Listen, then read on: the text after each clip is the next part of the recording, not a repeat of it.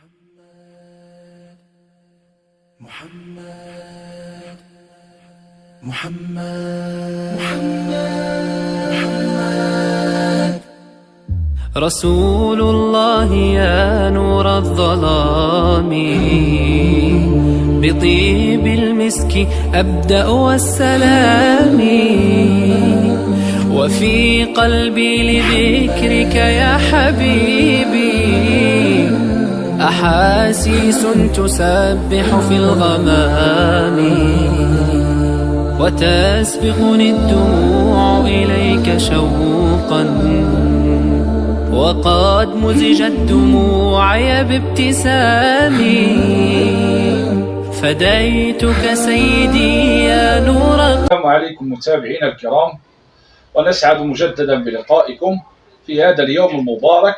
نبدأ نكمل فيما توقفنا فيه البارحة من سيرة خير البرية صلوات ربي وسلامه عليه، ونبدأ اليوم مع أهم الأحداث في التاريخ الإسلامي، وأحد أول معركة فاصلة في تاريخ الإسلام، وهي معركة بها نصر الله الحق على الباطل، وفيها كانت أحد أعظم المعارك في التاريخ الإسلامي والذي شاركت فيها حتى الملائكة.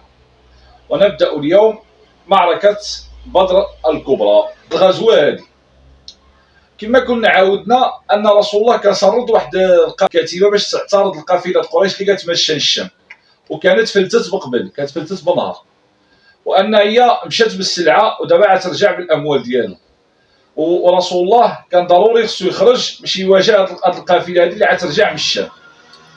وسرد رسول الله طلحة بن عبيد الله رضي الله عنه وسعيد بن زيد للشمال باش يشوفوا الأخبار ديالها في وصلت. ونهار اللي وصلوا الحوراء وبانت لهم رجعوا عند رسول الله صلى الله عليه وسلم يخبروه، والساعة كانت فرصة ذهبية باش تضرب المدينة، باش يضربوا واحد الضربة قاسية، ضربة عسكرية وسياسية واقتصادية لمكة.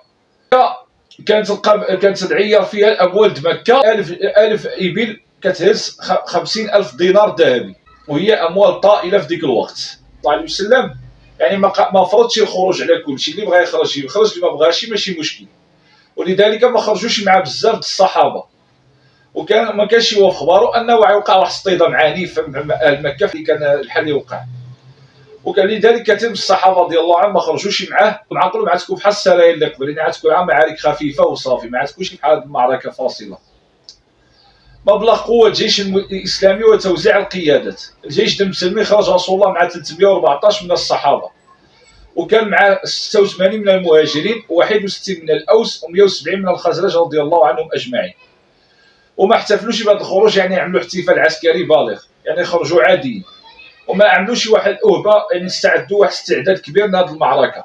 جوج القيادة، واحد الفارس الزبير بن العوام وواحد المقداد بن عمرو رضي الله عنه وأرضاه، وكان معاهم 70 بعير، كيكون جوج د الرجال ولا ثلاثة كيتبدلوا على واحد، يعني كيمشيو جوج عليه مرة ثلاثة كيتبدلوا عليه. وكان رسول الله صلى الله عليه وسلم وعلي رضي الله عنه مرتين كيتبدلوا على واحد البعير. واستخلف على المدينة عبد الله بن أبي مكتوم على الصلاة، والساعة رد معاه أبو لبابة وخلاه في المدينة نائب عليه.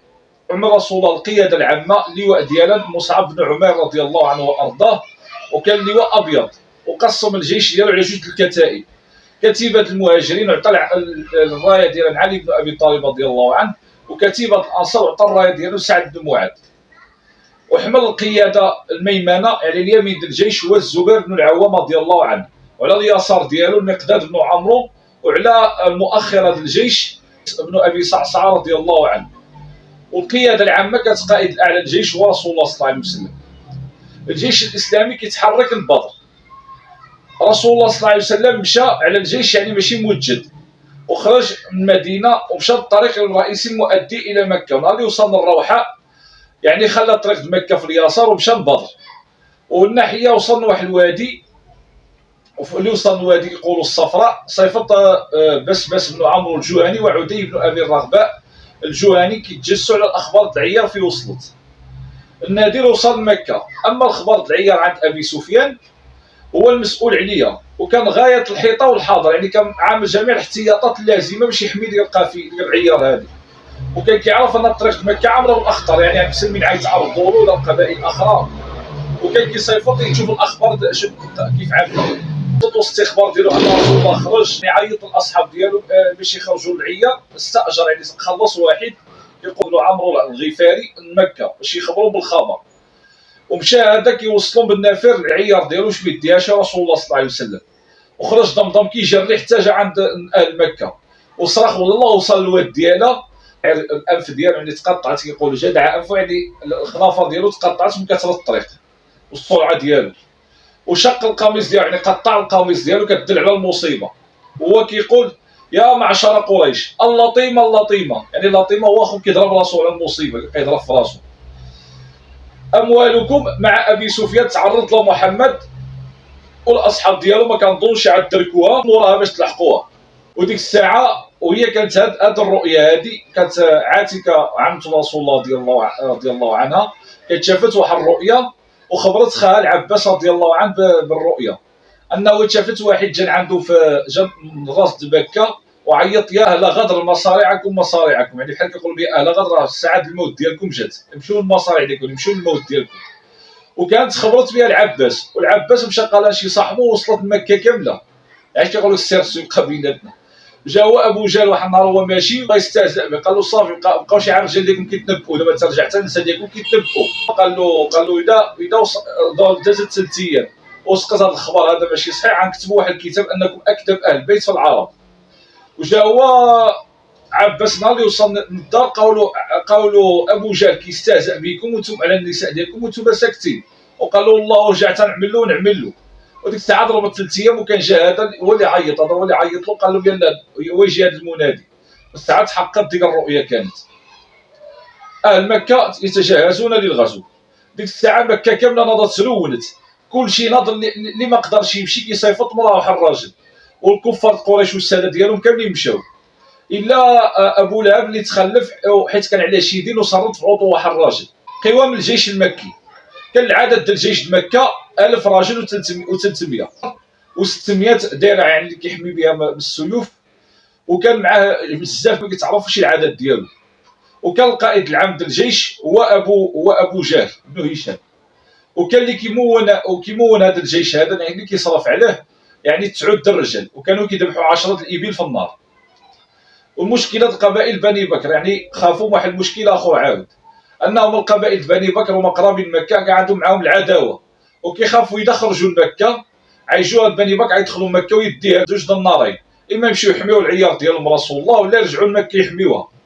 وديك الساعه جا واحد اللي كيتدخل دائما في الامور الحاسمه، جا هو ابليس، جاهم بالصوره سراقه بن مالك الجعشومي، قال لهم عا مشيو للحرب وما تخافوش انا هو الجار ديالكم اللي غيبقى معاكم حتى تنتصروا. ديك الساعه اللي قال له ما تخافوش غتوقعكم شي حاجه من طاركم، ديك الساعه طمأنوا وخرجوا. جيش مكه كيتحرك، ديك الساعه خرج الجيش المكي كيتحرك وفرحانين بالقوه ديالهم وبالتكبر. جا والله وصف الحاله ديالهم الذين خرجوا من ديارهم بطرا ورئاء الناس ويصدون عن سبيل الله، يعني خرجوا فرحانين بالقوه ديالهم متكبرين وخصهم يشوفوا الناس انهم قويين. وجاء رسول الله قال لهم جاءهم بالحد والحديد ديالهم، وجاءوا ما غدروا على حرب قادرين كما قال الله سبحانه وتعالى. ومع الحميه والغضب على رسول الله باش ينتقموا منه تركوا اتجاه بدر، وما وصلوا الطريق ديالهم طلب الخبر ان لد ديك العيار وامرهم يرجعوا. وكان الخطه نهار اللي وصل هو تما قرب من المدينه صيفط الجواسيس ديالو وقالوا خرج بالجيش يعني يمشي يتاكد. عمرو باش بن عمرو قال له يعني واش شفتي واش جيش المدينه جا لهنايا؟ قال له ما شفت حتى شي حاجه، كنكرت شحال واحد جوج الرجال جاو بالكيدار ديالهم ونعسوا شي حاجه ومشاو بحالو والكيادر ديالو. جا هو بغى يجرب عملوا الطريق فعطوا يمشي الطريق الرئيسي، مشى الطريق الساحل يمشي على ساحل البحر الاحمر، وصلوا لك الخبر في الجحفه. واستعال جيش مكه بغاو يرجعوا قاع فيهم واحد الانشقاق اللي وصل الرساله جيش مكه باش يرجعوا، ولكن قام طاغيه قريش ابو جهل وفي كبر وغطرسه قال لهم ما نرجعوش حتى نجوا بدر ونجلسوا فيها وندبحوا الجزور ونشربوا الخمر ونوكلوا الناس الماكله وتغني لنا المغنيات مال القيام باش ديك الساعه الناس كاملين يخافوا منا وبقى كلشي يضربنا الحساب صحيح بقى يتعرضنا. اخنس بن الشريق قال لهم يلا نمشيو بحالنا نرجعوا. جاو هو بنو زهره وكان هو الحليف ديالهم والرئيس على بني زهره. وديك الساعه بني زهره تبعوه ورجعوا في حالهم، وكانوا 300 راجل وفرحوا. ديك الساعه بنو زهره ديك القرار اللي عمل، وديك الساعه عملوه هو السيد ديالو. بنو هاشم بغات ترجع، ولكن ابو جهل عمل لهم الحراسه باش ما يرجعوش. فصار جيش مكه وقوامه 1000 بعد، رجعوا 1000 بعد ما نقص 300 بنو زهره، وهو كيقصد بدر. وقالوا بنو عادي بقاو عوض الخطه ما خرجوش معاهم مكه اصلا، هذوك ما خرجوش معاهم حتى نزلوا قريبا من بدر، وكانوا بالعدوى القصوى في حدود وادي مع الحدود وادي بدر. اما الموقف ديال الجيش الاسلامي، جات استخبارات المدينه، وصلت الخبر انه في وادي ظفران، وتاكد له الخبر انه ما بقى مجال باش يجتنبوا محل الحرب، يعني ما بقى حتى شي مجال باش يفلتوا من الحرب، وانه لا بد من الشجاعه، وانه لو ترك مكه عاد تجلس في ديك المنطقه هذيك، عاد دعم المكان ديالها قريش العسكريه، وعايزين يمتد السلطان ديالهم السياسي تما، وعاد ضعف الكيان ديال المسلمين، وعاد والحركه الاسلاميه عاد تبقى بحال الجسد بلا روح، يعني عندها واحد الجسد ولكن ما فيهاش الروح، بحال ميته. وان الشر اللي عنده شي شر وشي حقد للمسلمين يبقى يهجم عليهم من المدينه من الشرك. وهنايا التوحيد يضمن ان جيش مكي يقدر يتجمعوا ويمشيو يحاربوا المسلمين في وسط المدينه ويقضيو عليهم تما. والساعه ولا وقعت هذه عاد تكون اسوء حاجه على الهيبه ديال المسلمين والسمعه ديالهم. الساعه رسول الله جمع واحد المجلس استشاري، عملوا واحد المجلس استشار مع الصحابه رضي الله عنهم، وعملوا واحد المجلس استشاري عسكري وباش يسمع الراي العام ديال الجيش والقاده ديالو. وديك الساعه تزعزعوا بعض الناس بداو كيخافوا من الحرب، والله ذكروا في القران كما اخرجك ربك من بيتك بالحق وان فريقا من المؤمنين لكارهون يجادلون في الحق بعدما تبين كأنهم يساقون إلى الموت وهم ينظرون. جاء أبو بكر قام واحد الخطبة وأحسن في الكلام، وعمر بن الخطاب رضي الله عنه قام وأحسن في الكلام. الساعة قام مقداد بن عمرو رضي الله عنه قال له يا رسول الله، قال له مشي فيما مشاك الله، مشي فيما أمرك الله سبحانه وتعالى، وإحنا ما نقول شي بحال اللي قالت بنو إسرائيل موسى اذهب أنت وربك فقاتلا إنها هنا قاعدون، بل اذهب أنت وربك فقاتلا إنا معكم مقاتلون. لو سرت بنا إلى برك الغمد، مشي معنا حتى داخل مكة نمشيو معاك وحتى توصل له. جاو رسول الله قال له دعا له، وجاو ما كانوا هاد القاده هادو اللي قالوا ما اقليه الجيش هما المهاجرين، وجا رسول الله صلى الله عليه وسلم بغى يسمع الراي الاغلبيه ديال الجيش هما الانصار، حيت هو عامل معاهم في المعاهده اللي عمل في العقبه انهم ما يخرجوش مع مرة المدينه يحاربوا، يعني يحميوها في وسط المدينه. وجاوب قال لهم اشيروا علي ايها الناس، يعني زيدوا عنده شي راي يقولوا، هو كيشي خصو الانصار تهضر. وجا هو قام الحامل اللواء ديالهم سعد بن معاذ رضي الله عنه، تريدنا يا رسول الله بحال هكا خصك انت حنا نهضروا. قال له اياه، قال له حنا امنا بك وصدقناك وشهدنا باللي جيتي به بالحق، واعطيناك العهود ديالنا والمواثيق على السمع والطاعه، ومشي يا رسول الله فهو الذي بعثك بالحق، لو مشيتي من هذا البحر هذا يدخلوا معك وتا واحد ما يتخلف فينا، وعمشي يحارب بينا، حنا راه صدق في اللقاء، يعني صدق في اللقاء ما كنرجعوش للورا، وكنصبروا في الحرب، يعني الحرب كنصبروا فيها، ولعل الله يشوفك اللي غيفرحك بها وغتقر عينك بينا. وجا هو قال له انت عارف غتقول ان احنا عندنا عهد نصوك في الديار ديالنا، انا هو اللي كنهضر، انا هو الناطق الرسمي للانصار اللي غنجاوبك عليهم. قال له مشي بينا فيما بغيتي، علاقه مع ما بغيتي، وقطع العلاقه مع ما بغيتي، وديالنا ودي منا باللي بغيتي، وعطينا اللي بغيتي، واللي ديتي احب اللي غتعطينا. قالوا فوالله لو سرت حتى وصلتي لبرك غامد، يعني حتى وصلتي لداخل مكه ولا استعرضتي بين هذا البحر حتى حنا ندخلوا معاك فيه. جا رسول الله فرح من ديك الشيء، والساعه قال لهم سيروا وابشروا، يعني فرحوا، والله وعدني بواحد الساعه قال لهم الوعد اللي وعد الله انه يوعد احد الطائفتين، يعني انه غينتصر. والله كاني انظر الى مصاريع القوم، كاني كنشوف القوم ميتين قدامي. والساعه ارتاح الرسول الله صلى الله عليه وسلم، تمشى واحد المطاق يقولوا الاصافر، الرسول كيعمل عمليه استكشاف من المكان. نهار اللي وصل بدا كيعمل عمليه استكشاف مع رفيق ديالو ابي بكر رضي الله عنه الصديق، كيدوروا اذا يجبروا واحد الشيخ من العرب، وما خصو يعرفوا الاخبار ديال جيش مكه حيت ما شنو عاملين قريش على محمد والاصحاب ديالو، باش ما يعرفوش هو عاود، باش ما يعرفوش باش كيخبى عليه الاخبار. جا هو قال له ما خبركم حتى تخبروني شكون نتوما. جا هما قالوا اذا خبرتينا خبروه، قال لهم ديك الساعه واخا. وديك الساعه قال لهم اذا انا بلغني محمد خرج برصدق غيكونوا في هذا النهار في هذا الموطع فلان، خبرهم بالخبر جيش مكه انهم خرجوا في هذا النهار، واذا كان الخبر صحيح غيوصلوا الموطع فلان فلاني. الساعه اللي عرفوا الموطع جيش مكه قال لهم شكون نتوما؟ قال له رسول الله حنايا من ماء. واش هو من ماء يعني الله خلقنا من ماء وتراب. اخر استعجب كيقول واش من ماء؟ واش ماء العراق؟ يعني رسول الله ما خلاه عطاه الخبر اللي ما يستافد منه والو. الحصول على اهم المعلومات من الجيش المكي. وفي ديك العشيه ديك النهار صاروا رسول الله الاستخبار ديالو باش يعطيوها الاخبار د العدو.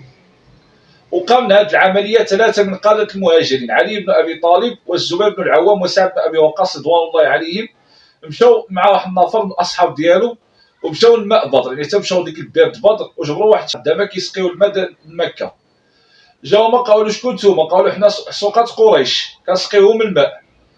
وجاو ما كرهوا القوم خصهم يكونوا ابا سفيان حيت باقي عندهم يوصلوا ديك القافله ديك العيه، يعني باقي عندهم شي امل باش يستولوا على القافله. وجاو ما ضربوهم باش يعترفوا، جاو ما قالوا حنا ابي سفيان وخلوهم. جاو رسول الله تعصب قال لهم هما اللي قالوا لكم الحق، ضربتوهم نهار اللي كذبوا عليكم تيقتوهم. قال لهم قريش. والساعه خاطب الغلامين قال لهم خبروني في قريش فين هما؟ قال لهم مورا هذا الجبل، هذا مورا الكاتب يعني الجبل د التراب. جاو قال لهم شحال د القوم؟ قال لهم كثير. قالوا شحال العده ديالو؟ قال لهم ما عارفش. جاو قال له شحال كيذبحوا في النهار؟ رسول الله عاود قالوا شحال كيذبحوا؟ قال له 9 ولا 10 د الابل. قال لهم غيكونوا القوم بين 900 ولا 1000 واحد. او قال لهم اللي فيهم القوم اشراف د قريش كاملين من غير ابو لهب سماهم كاملين. جا هو قال لهم هي مكه جاتكم باحسن الناس اللي عندها افلاد كبيره، يعني بحال جاتكم بولادها، جات بالاولاد ديالها، وهذا تعبير مجازي. والساعه نزل الله المطر، وديك المطر كان وابل شديد على المشركين حيت كامله تغيصوا بالارض ورجعوا والخيام ديالهم عمرت بالماء. والمسلمين كان رحمه عليهم حيت الارض قصاحت طهر الله به القلوب ديالو. الجيش الاسلامي كيسبق اهم المراكز العسكريه. الساعه تحرك رسول الله صلى الله عليه وسلم بالمشركين باش يسبق المشركين ماء بدر، يمشي يوصلوا له. وصل ديك المياه بدر وجا الحباب بن المنذر هو خبير عسكري. قال له رسول الله واش عاد تجلس هنايا في هذا المنزل هذا؟ واش الله نزلك فيه ما نتقدموا ولا نتوخروا ولا على الراي والحرب والمكيده؟ قال له لا، الراي والحرب والمكيده. قال له اذا الراي والحرب والمكيده هذا ما خصنيش تجلس فيه، هذا نمشيو نقعد الدبر باش حنايا نتحكموا في الماء، حنا نشربوا وما يشربوش. وديك الساعه وقال له الساعه ديك البير حنايا نعمروها بالحجر ونعملوا الاحواض، نعمروا الاحواض باش يبقى حنا دائما عندنا الماء وما عندهمش الماء. نزلوا في الليل حتى وصلوا وعملوا الاحواض على ديك الماء هذاك وشدوا هذيك البير هذيك. اقترح سعد بن معاذ رضي الله على رسول الله باش يعملوا واحد المقر القياده باش يستعدوا للطوارئ والتقدير الهزيمه والنصر. هو قدر حتى الحالات. نعملوا واحد العريش مرتفع يعني على الموطع وحنا ندوروا اذا وصلنا الله داكشي اللي بغينا، واذا وقعت الهزيمه حنا ندوروا نحميوها دائما محمي ما يوصل لك حتى واحد. وحنا خلينا شي القوم يعني في المدينه محبه لك، ولو عرفوا انك غتحارب ما يتخلف فيهم حتى واحد رضي الله عنهم. ساعه رسول الله دعا لهم بالخير وامر يتم عريش يعني فوق واحد الجبل في الشمال الشرقي ميدان القتال. والساعه انتخب واحد الفرقه من الانصار من الشباب الانصار القائد ديالها سعد بن معاذ رضي الله عنه وارضاه. الله بدا كيعدل الجيش في الليل. الساعه عدل رسول الله صلى الله عليه وسلم الجيش ومشى في الموضع د المعركه وبدا كيشير في يده كيقول هنايا غيموت فلان وهنا غيموت فلان وهنا غيموت فلان، وفي ماشي يالو كيموت الرصح كيموت. ومشى حتى وصل لواحد الشجره والساعه نعس فيها، نعس تحت منها ونعس هادئ النفس.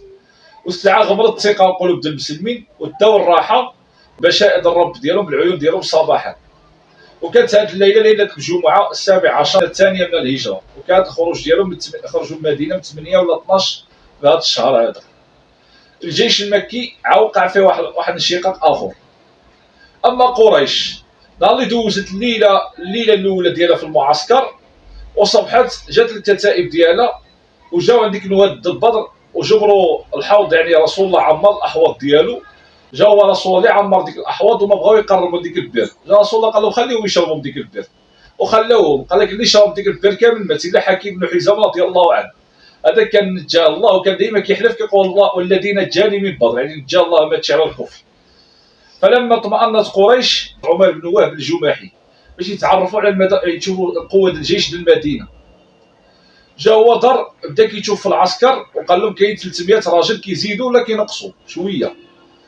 وجا هو بدا كيشوف شنو معاهم، شنو زعما الموطع اللي كيحميهم، شنو الموطع اللي غيلتجئوا باش يحميوا، ما جبر والو جبر على الارض يعني مطلوقه. الساعه هو قال لهم يا معشر قريش انا شفت البلاوي كتحمل المنايا، يعني كتشوفها بحال اللي قالت الفراسه ديالو صادقه. قال لهم هادو ما معاهم مع السيوف ديالهم، وهادو الا ما تقتل واحد فيهم عيقتل واحد فيهم، حيت يكون عنده على السيف ما عنده فيه يرجع، ما عنده فيه يتخبى ولا شي حاجه شي موطع يرجع له، ما عنده شي طاهور كيقاتل حتى يموت. قالوا اذا تقتل واحد فيكم عيموت واحد فيكم، ما جوج عيقتل شي جوج معاكم، يعني ما يتفكوش معاكم. هادو جاو قال لهم واذا ضربوا فيكم واحد العدد كبير قال لهم شنو الخير بقى في الحياه العيش من بعد هذيك الساعه. قال لهم كتشوف انا ترجعوا وتشوفوا الامر ديالكم. الساعه قامت معارضه اخرى ضد ابي جهل اللي عول على المعركه، وجا هو العوده من مكه، رجعوا لمكه بلا ما نقتلوا. كاين بن حزام عتبه بن ربيعه جا هو قال له انت هو الكبير د قريش، هو السيد ديالو اللي موطع في الهضره ديالك واللي كيسمعوا لك. قال له واش تعمل واحد الخير تبقى تذكر عليه الى ابد الدار، يعني الى يوم القيامه؟ قال له وما ذلك يا حاكم؟ قال له ترجع الناس وتحمل الامر الحليف ديالك عمرو بن الحضرمي، يعني الحليف ديالك تهزو انت وتخلص الدية اللي تقتل كان قبل مع عبد الله بن جحش في السريه، الديه ديالو الاهل ديالو، وانت نضمن داك الشيء اللي ضاع له من القافله ديالو. جا هو قال له صافي. قال له انا مشيت مع ديك ابن الحنظليه، هو زعما هو ابو جهل كان يما اسمه الحنظليه. قال له فاني لا اخشى ان يشجر امر الناس غير، يعني كخاف ينوض شي صداع الا كان غير حتى كيعملوا هو اللي عنده الامر الكبير. الساعه مشى عتبه بن ربيعه، مشى خطيبه، مشى عند قريش. قال لهم والله شحال تعملوا نتوما باش تلقاو محمد وصحابه شي حاجه. قال لهم اذا اللي تشوف في الوجاد اخو كيكره يشوف النظره اليه، حيت قتل عيد عمو، قتل عيد خاه، وقتل الرجل من القبيله ديالو. قال لهم رجعوا وخلوا محمد بينه وبين العرب، اذا غلبوه داك الشيء اللي بغيتو ما كاينش ما يوقعكم نتوما والو، نتوما بعدك بعاد الى الحرب. انطلق حكيم بن حزام الى ابي جهل وهو كيهيئ درعا له، اللي كيهيئ واحد كيعد ديك الدرع هو اللي كيحمي من الفليته. جا هو قال له يا ابا الحكم، قال له عتبه صرتني باش نقول له وكذا، قال له داكشي اللي صيفطوا له عتبه. جا هو قال له انتفخ والله سحره حين راى محمد واصحابه، هذاك اللي شاف محمد واصحابه السحر ديالو تاثر به، يعني كما كان قال من قبل اللي كان قرا عليه القران. قال له والله الا انا رجعت يحكم الله بيننا وبين محمد وما بعتبه ما قال، يعني قال له داك الشيء اللي قال عتبه، حيت هو شاف محمد واصحابه اكله الجزور، يعني كياكلوا الجزور، وفيهم العيد ديالو خاف عليه. وابو حذيفه بن عتبه رضي الله عنه كان اسلم قديما وهاجر، قال له ديك الساعه خاف عليه. ونهار اللي سمع عتبه ديك قولة ابي جهل قال انتفخ والله سحره، قال عتبه سيعلم مصفر استه من انتفخ سحره. قال يعرف ديك المصفر استه كيقول لك الانسان اللي في الشح شكون اللي انتفخ، انا ام هو. والساعه تعجل ابو جهل باش قبل ما تقوى ديك المعارضه باش يوقف ديك المعارضه. ديك الساعه مشى عند ديك خاد عمرو، ديك اللي مات عمرو بن الحضرمي، مشى عند عامر بن الحضرمي وقال له اللي كانت خاد ديك المقتول اللي تقتل، قال له ها هو الحليف ديالك عتبه، ابغى يرد الناس باش ما يتأروش شي لخاك على اخاك الشريف. جا هو قامر وكشف على العنق ديالو وغوت وعمره اللي كيغوت على خاه اللي مات. وجا هو القوم تحمى، وجا هو الامر ديالو ناض الشد، والساعه استوثقوا ناضوا ديك الساعه عاولوا ديك الحرب على الشر اللي فيهم، والساعه فسد على الناس الراي اللي دعاهم عتبه. وهنا يتغلب الطيش على الحكمه، تغيبت الحماقه اخو الحماق غلب على اللي حاكي فيهم. وديك الساعه مشات المعارضه دون جدوى، ما مشات بقات حتى فائده. الجيش يتراءن، نهار اللي طلع المشركين وشاف رسول الله قال اللهم هذه قريش قد اقبلت في خيلائي وفخري. الخيلاء هو اللي كيمشي مفتخر، يعني هو المتكبر، والفخر يعني افتخر على عباد الله. كتحدوا كتكذب رسولك، جا باش تحاربك وتحارب رسولك صلى الله عليه وسلم. اللهم فنصرك الذي وعدت. امراه عتبه بن ربيعه في القوم، يعني قالت كيدور على القوم واحد الجمل حمر. جا هو رسول الله عرف داك الشيء اللي دار بيناتهم، يعني وحال الله قال له اذا تبعوا قومك صاحب هذا الجمل يرشدوا، يعني يكون الطريق ديالهم مزيان اذا تبعوه. وعدل ورسول الله بدا كيعدل الصف، يعني كيعدل صوت المسلمين كيعوطوا.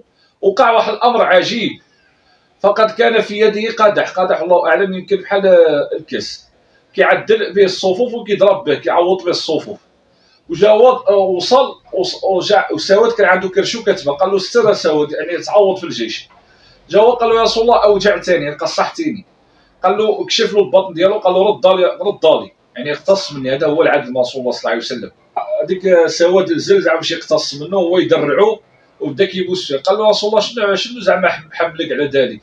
قال له يا رسول الله انا عارف ان هذا هو اخر عهدي في الحياه، وقت اخر عهد يكون الجلد ديالي مس الجلد ديالك. جا رسول الله دعا له بخير، واللي كان عدل الصف ديالو اصدر الاوامر باش يبداو القتال، ويتلقاو الاوامر الاخريه يعني من رسول الله صلى الله عليه وسلم بالتوجيه الخاص قبل ما يبداو الحرب. وجا هو قال له اذا اكبوكم يعني كثروكم، اذا كثروا عليكم يعني جاو هجموا عليكم بزاف بهم، بداو ضربوهم بالفليتشات يعني بالسهام، واذا وما تجبدوش السيوف ديالكم باش تحاربوهم بالسيوفه حتى يهجموا عليكم. واسترجع رسول الله ابو بكر العريش، وقام معه سعد بن معاذ والكتيبه ديالو باش كيحرسوا ديك العريش رسول الله صلى الله عليه وسلم.